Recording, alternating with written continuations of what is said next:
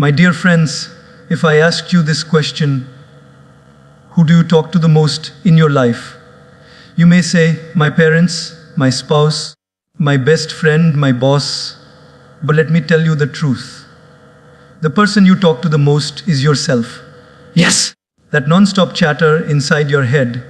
The good news is, it's free. The bad news is, it never shuts up. No, here's the problem. Most of us talk to ourselves in the most destructive way. We criticize ourselves, doubt ourselves, insult ourselves, and then we wonder why life feels heavy. But imagine this. What if, for just 3 days, you talk to yourself like your best friend? What if, instead of being your own worst enemy, you became your own biggest supporter? That's what I want to share with you today. Talk to yourself like this for 3 days and watch your life transform, my dear friends, whether we realize it or not. From the moment we open our eyes in the morning until the moment we fall asleep at night, one thing is going on constantly inside of us, a conversation, not with our family, not with our boss, not with our friends, but with ourselves, that silent voice in the head, always speaking, always commenting, always judging. Some of you may think, oh, I don't really talk to myself. Trust me, you do. Right now, some of you are saying in your mind, do I really talk to myself? See, you just did it again. That inner dialogue is like a radio station that never stops broadcasting. It speaks when we are happy. It speaks when we are sad. It speaks when we are confused. And sometimes it speaks so loudly that even when the whole world is quiet, inside us there is a storm. We can turn off our phones. We can switch off the television. But how do you switch off your mind? You can't. Because self-talk is constant. It doesn't stop for weekends. It doesn't take holidays. It doesn't even let you sleep peacefully sometimes. The real question is not, am I talking to myself? The real question is, what am I saying to myself? If your inner voice is always doubting you, always criticizing you, always reminding you of your weaknesses, then you are living with an enemy in your own head. And if your inner voice is encouraging, supportive, gentle, and kind, then you are living with the best friend you could ever have. Think about this. When a child takes their first step and falls, what do parents say? Do they shout, "You useless baby, you can't even walk properly"? Of course not. They smile, they clap, they say, "Come on, you can do it. One more step." That encouragement makes the child try again until walking becomes natural. Now imagine if your parents had only criticized you. In that moment, most of us would still be crawling today. But here's the irony. As we grow up, we stop clapping for ourselves. We stop encouraging ourselves. Instead, we replace it with constant criticism. I am not good enough. I will fail again. Others are better than me. And that constant self-talk shapes our confidence, our emotions, and even our destiny. The voice in your head is like a compass. It quietly directs which way your life will go. So, my friends, understand this deeply. Self-talk is not a small thing. It is the most powerful conversation you will ever have. It's constant, it's unavoidable. And therefore, it is your responsibility to choose whether it will be destructive or constructive. Because you can't control if the mind speaks, but you can control how it speaks. And when you take charge of that voice, even for 3 days, you will see how much lighter, happier, and more confident your life feels. My dear friends, let me share something very simple, yet very profound. The words you speak, not just to others, but to yourself, are not just sounds, they are seeds. And seeds, when planted, grow into entire gardens. In the same way, the words you repeatedly say to yourself, even silently in your mind, become the world you live in. Have you noticed this? If you wake up in the morning and the first thought you say to yourself is, "Oh no, today is going to be terrible," suddenly the whole day feels heavy. You haven't even stepped out of bed, yet your words have already created your emotional weather. It's like carrying a dark cloud over your head wherever you go. But if you wake up and say, "I'm grateful for this new day, let's see what I can make of it," suddenly, without even changing your circumstances, your whole energy feels lighter. Words are not ordinary. They are powerful vibrations. Every culture, every tradition, every spiritual practice in the world has understood the power of words. Why do people pray? Why do they chant mantras? Why do they repeat affirmations? Because words create worlds. They shift how we feel, how we think, and how we act. Let me give you a simple example. Imagine two people who both fail an exam. The first one says to himself, "I am so stupid. I will never succeed." His words create a world of hopelessness. He stops trying, he avoids studying, and eventually, his life follows the path of those words. The second person also fails the same exam, but he says to himself, "Okay, I didn't pass this time, but I can learn, I can improve, I will try again." His words create a world of possibilities. He studies harder, he keeps going, and eventually, success becomes his reality. Same situation, different self-talk, different world. Have you seen how some people constantly tell themselves, "I'm unlucky, I'm unlucky"? And guess what? Life keeps proving them right. Others keep telling themselves, "I'm learning, I'm growing," and life also proves them right. Why? Because the words you repeat become the lens through which you view everything around you. There's a famous saying, "Whether you think you can or you think you can't, you're right." Why? Because your words are shaping your inner world, and your inner world decides how you act in the outer world. If you keep saying, I'm scared," you live in a world of fear. If you keep saying, "I'm courageous, I'm strong," you live in a world of confidence. So I want you to remember this: your life is not just happening to you. Your life is also being narrated by you. The words you use are writing the story you're living. If you don't like the story, change the words, because words create worlds. And when you begin to speak better words to yourself, even for just 3 days, you will start noticing that the world around you begins to look brighter, opportunities begin to appear, and challenges become easier to handle. My dear friends, if there's one thing most of us have mastered in life, it is the art of being our own worst critic. Think about it. If someone else spoke to us the way we speak to ourselves, we probably wouldn't even want to be around them. But because it's our own voice, we allow it. And sadly, we've become so used to it that we don't even notice how cruel and unfair we can be to ourselves. Imagine this: you make a small mistake at work. Maybe you forget to send an email. Maybe you mess up a presentation slide. What does that voice inside your head say? "You're so careless. You always ruin things. You'll never get this right." Now pause for a second and ask yourself, would you ever speak to your friend like that if they made the same mistake? No, you'd probably say, "Hey, don't worry. It happens. You'll do better next time." But when it comes to ourselves, the kindness disappears. Suddenly, we transform into the harshest judge, jury, and executioner. Criticism has its place, of course. We need honest reflection to grow. But self-criticism is very different from self-awareness. Awareness points out the mistake and shows a way to improve. Criticism, on the other hand, attacks your worth as a person. It doesn't say, you made a mistake. It says, you are a mistake. And when you keep hearing that inner judgment again and again, it slowly starts to poison your confidence.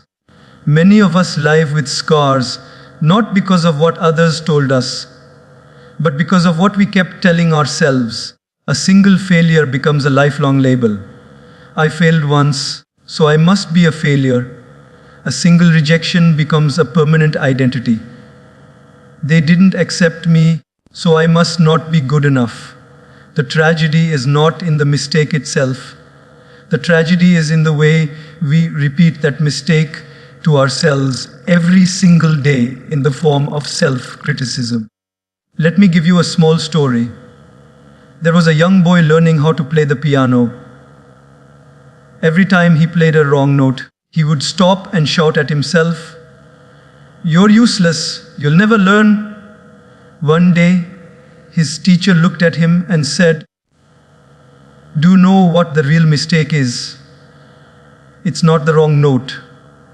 It's the wrong words you're speaking to yourself. Because if you keep calling yourself useless, you will start believing it, and then even the right notes will sound wrong." The boy slowly realized that mistakes are part of learning, but criticism kills the courage to continue. My friends, you don't need to be your own enemy. The world outside already has enough critics. There will always be people ready to doubt you, ready to put you down. But don't add your own name to that list. If you want to grow, you need encouragement, not condemnation. And the most powerful encouragement you can ever receive is not from others, but from within. So next time you make a mistake, instead of saying, "I'm terrible," try saying, "I'm learning." Instead of saying, "I always fail," try saying, "This time I didn't succeed, but next time I'll be better." Instead of being your own harshest critic, become your own best coach.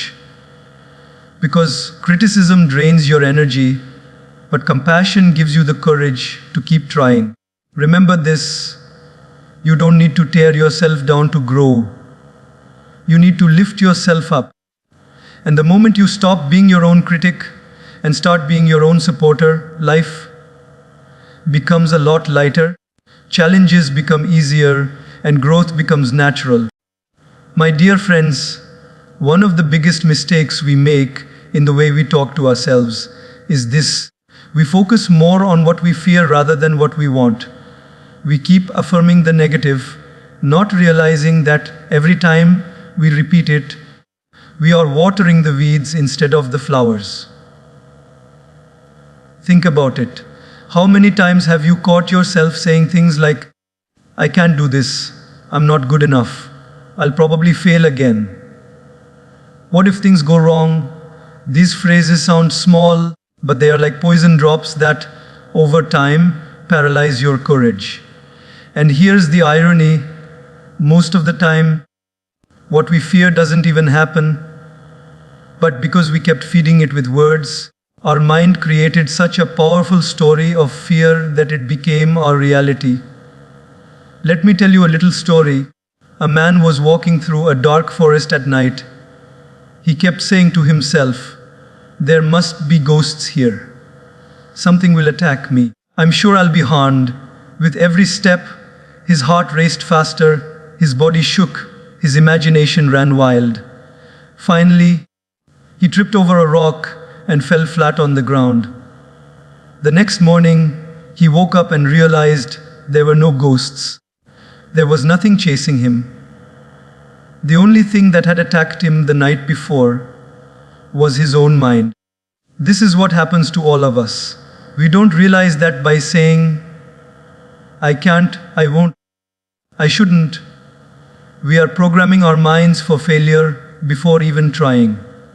And what's worse, the brain doesn't argue.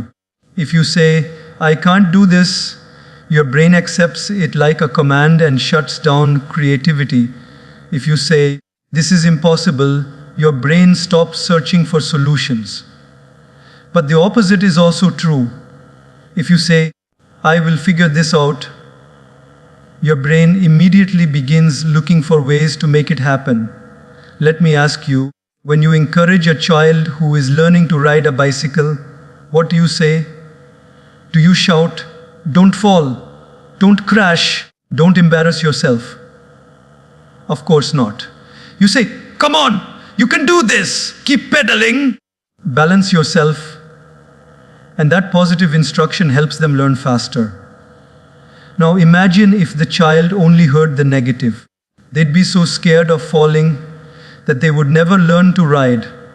And yet, isn't that exactly what we do to ourselves as adults? We talk more about falling than riding, more about failing than succeeding. So here's the shift: stop affirming what you fear and start affirming what you want. Instead of "I'll fail," say "I will learn." Instead of "I can't," say "I will try." Instead of "What if it goes wrong?" say "What if it goes right?" Because both are possibilities, but only one empowers you. A small change in language makes a huge change in life. "I can't lose weight" becomes "I'm learning to take care of my body." "I'm terrible at speaking" becomes "I'm becoming more confident each time I practice." "I never succeed" becomes "I am on my way to success." Do you see the difference? One way of talking kills hope. The other way of talking plants hope. And my dear friends, hope is like oxygen for the soul. Without it, you suffocate. With it, you rise. So don't let your self-talk keep feeding your fears. Start feeding your faith. Speak in the language of possibility, not limitation. Speak in the language of growth, not defeat. Because here is the truth: your mind is always listening. If you keep telling it what you fear, it will obey and make you live small. If you keep telling it what you want, it will obey and push you to live big. For 3 days, just 3 days, talk to yourself in the language of faith, courage, and possibility, and watch how your entire perspective begins to change. My dear friends, let me ask you something very simple. If a little child you loved came running to you, crying because they made a mistake, how would you respond? Would you scold them harshly? Would you say, "You are so useless, you'll never get anything right"? No, you would kneel down, wipe their tears, hug them, and say, "It's okay. My dear, mistakes happen. Try again, I believe in you." Because kindness is natural when we care for someone. But here's the strange part of life: when it comes to ourselves, we forget that same kindness. We are gentle with others, but brutal with ourselves. We forgive others, but we punish ourselves. We encourage others, but we constantly put ourselves down. And yet, the person who needs our kindness the most is not always the world outside. It is the world inside. Think about it. Every day you live with yourself. Every morning you wake up, the first voice you hear is your own. Every night before sleeping, the last thoughts you hear are your own. And throughout the day, whether you are at work, at home, or even sitting quietly, you are constantly in conversation with yourself. Now, if that conversation is harsh, negative, and judgmental, then you are carrying an enemy inside your own mind. But if that conversation is gentle, compassionate, and kind, then you are carrying a friend who will never leave you. Let me tell you a story. There was once a school teacher who noticed that one of her students, a little girl, kept saying, "I'm stupid. I can't do anything right." The teacher gently walked up to her and asked, "Would you ever say that to your best friend?" The little girl replied, "No, of course not. I would never hurt her feelings." The teacher smiled and said, "Then why do you hurt yourself by saying it to your own heart?" That day, the little girl realized that she deserved the same kindness she so easily gave to others. My friends, you may not realize it, But your mind is very much like that little child. It learns through the words you feed it. If you keep feeding it harshness, it will shrink. If you feed it kindness, it will grow. Just like a plant needs sunlight and water to flourish, your heart needs gentle words and encouragement to thrive. And kindness in self talk doesn't mean ignoring mistakes or pretending everything is perfect. It simply means acknowledging the mistake with compassion instead of cruelty. For example, if you missed an opportunity, instead of saying, "I'm such a failure," you can say, "I missed this one, but I can prepare better for the next."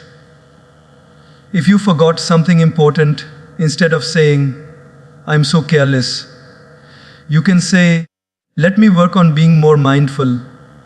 The mistake is the same, but the way you speak to yourself decides whether you drown in guilt or rise with growth.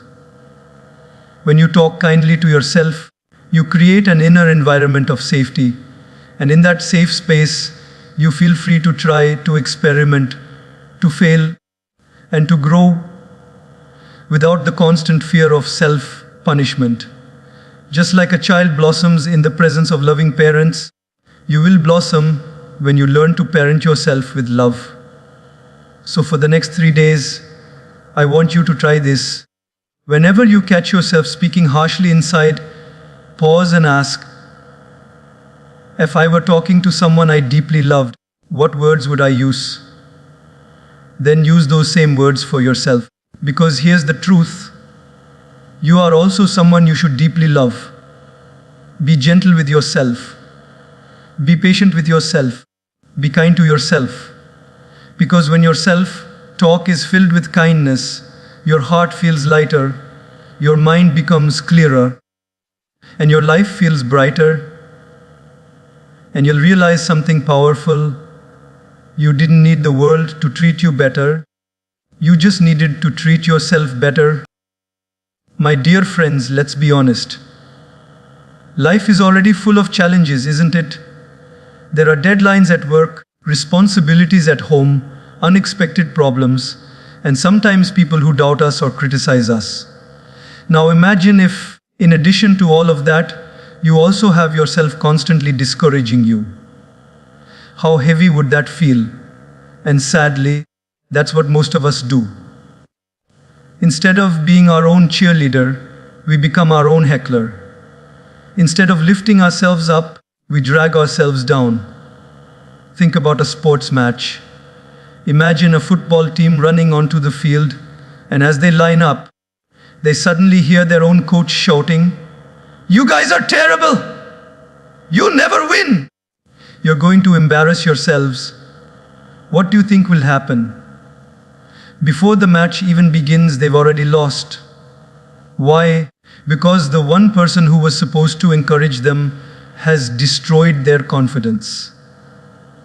Now, my friends, the question is, aren't we doing the same thing to ourselves?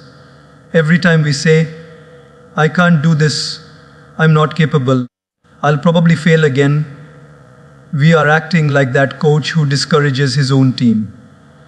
But when we say, "I can handle this, I'll try my best, I'll figure it out," we are giving ourselves the energy to keep going.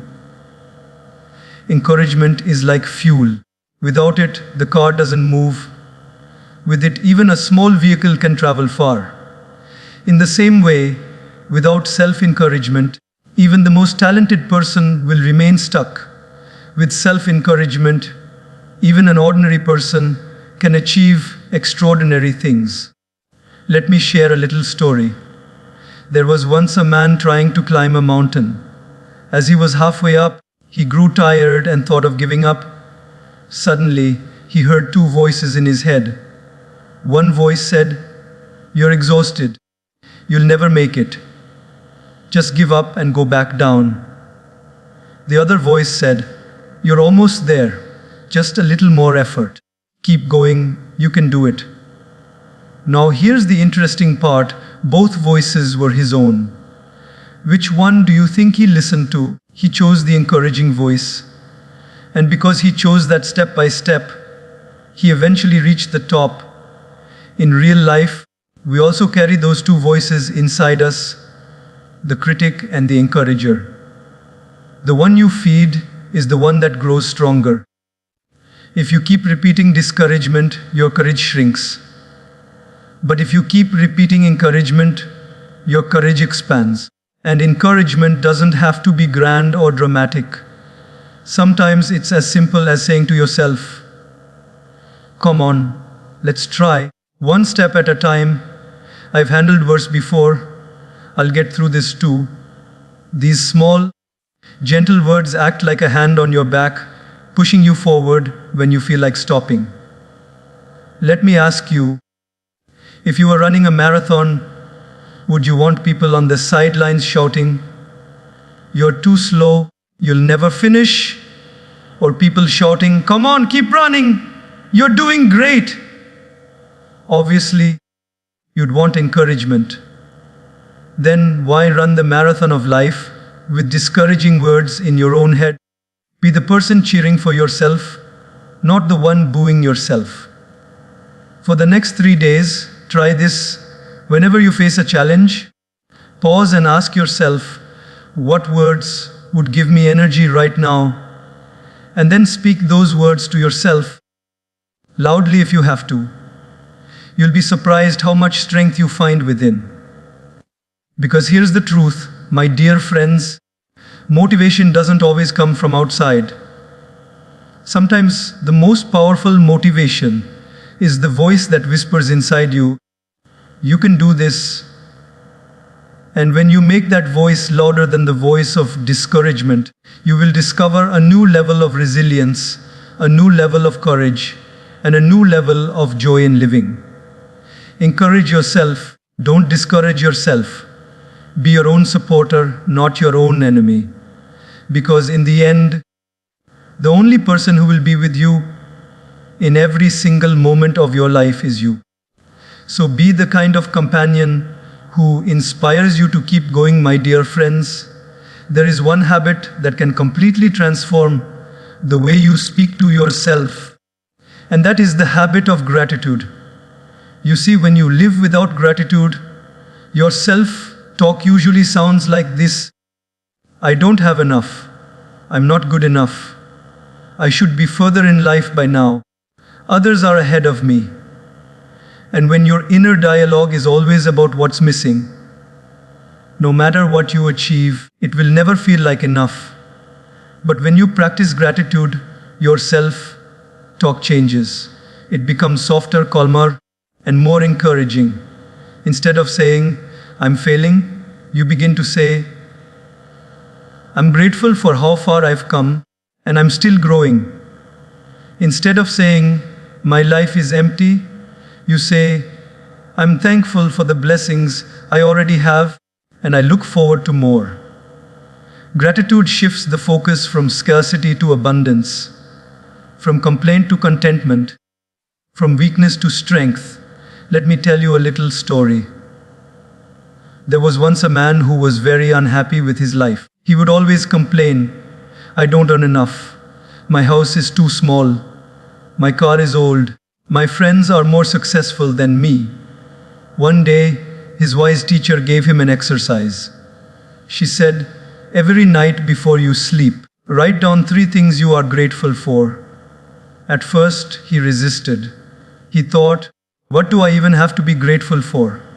But reluctantly, he began.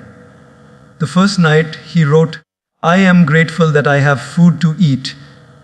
The second night, "I am grateful that I have a roof over my head." The third night, "I am grateful that my family is healthy." Slowly, as days turned into weeks, something shifted. His complaints grew quieter, and his appreciation grew louder. His self-talk changed from, "I have nothing," to, "I have so much already, and I am capable of creating more." Do you see the power of gratitude? It doesn't always change your circumstances immediately, but it changes the way you experience your circumstances. And when your experience changes, your energy changes. When your energy changes, your actions change. And when your actions change, your life changes. All of it begins with a few grateful words you say to yourself. Gratitude is also a way of reminding yourself of your journey. Many times, we only focus on how far we have left to go, but we forget how far we have already come. If you look back, even 5 years ago, aren't there things you prayed for back then that you are living with right now? A job you once wished for, a relationship you once longed for, a problem you once thought you could never solve, but today it's behind you. Gratitude makes you pause and say, I may not be exactly where I want to be yet, but thank God I'm not where I used to be. When your self-talk includes gratitude, challenges don't feel as heavy. For example, instead of saying, why is my life so hard?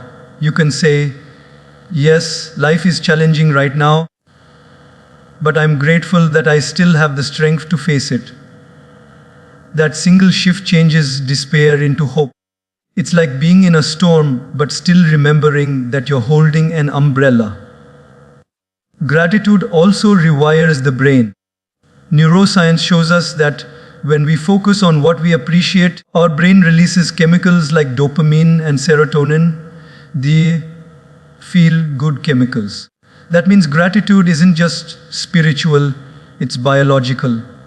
The more you practice it, the more your brain learns to focus on the positive automatically. So for the next 3 days, include gratitude in your self-talk. Every morning, tell yourself, I'm grateful for this new day. I'm grateful for my body. I'm grateful for the people who love me. I'm grateful for the opportunities ahead. And every night, remind yourself of at least 3 things you were thankful for during the day. Because, my dear friends, when you practice gratitude in your self-talk, life doesn't suddenly become perfect, but it does become peaceful. And a peaceful heart can handle any storm with dignity, strength, and hope. My dear friends, let me tell you something very important. Mistakes are not the problem. Failure is not the problem. The real problem is the way we talk to ourselves after the mistake, because what we say to ourselves in that fragile moment determines whether we rise again or remain stuck. Most people, when they fail, use very harsh self-talk. They say things like, I'm useless. I'll never get this right. I'm a failure. And these words are heavier than the mistake itself. The mistake is an event, but the words turn it into an identity. You see, when you fail at something, that is an action. It happened once, but when you call yourself a failure, you're making it your personality. And that, my friends, is how many dreams die. Not because of the mistake, but because of the self-talk after the mistake. What if instead we changed our self-talk from failure to feedback? Think about it. Every time you do something and it doesn't work, life is simply giving you feedback. It's saying, not this way, try another way. Isn't that how we learned everything in childhood? When you first learned to walk, you fell so many times. But did your parents say, you're a failure, stop trying? No, they clapped and said, get up, try again. And because of that encouragement, you kept going. If failure had meant the end, none of us would be walking today. Let me share a small story. There was once an inventor who tried over 1,000 times to create a light bulb. People laughed at him, saying, you failed 1,000 times. But he replied, I haven't failed 1,000 times. I've discovered 1,000 ways that don't work. That is feedback. And because he didn't let his self-talk become negative, he finally succeeded. Today, we all enjoy light in our homes because one man refused to call his mistakes failures. My friends, the truth is, mistakes are teachers in disguise. Every mistake carries a lesson. But to hear that lesson, your self-talk must be open, not closed. If you keep telling yourself, I'm stupid, I'm hopeless, your mind shuts down and stops learning. But if you say, okay, this didn't work, what can I learn from it? Suddenly, your brain becomes curious and solutions begin to appear. Let me ask you, when a child brings home a math test with the wrong answers, what does a good teacher do? A bad teacher might say, you're dumb. But a good teacher says, look, this answer is wrong. Let me show you how to fix it. The wrong answer was not failure. It was feedback pointing to the right answer. Now here's the question, are you being the bad teacher or the good teacher to yourself? Every great success story is filled with mistakes. Authors had their books rejected. Singers were told they couldn't sing. Entrepreneurs lost money. Athletes lost matches. But what made them successful was not the absence of mistakes. It was their ability to reframe those mistakes as feedback. Their self-talk sounded like this: that didn't work, but I'm wiser now. Next time, I'll try differently. So, for the next 3 days, whenever you make a mistake, I want you to pause and ask yourself, what is the feedback here? What is life trying to teach me? Speak to yourself not with punishment, but with curiosity. Replace I failed with I learned. Replace this is the end with this is just a step. Replace I'm a failure with I'm a learner. Because here's the truth. My dear friends, life is a series of experiments. Not every attempt will succeed, but every attempt will teach you something. And if you have the courage to see mistakes as feedback, you will never really fail. You will only grow.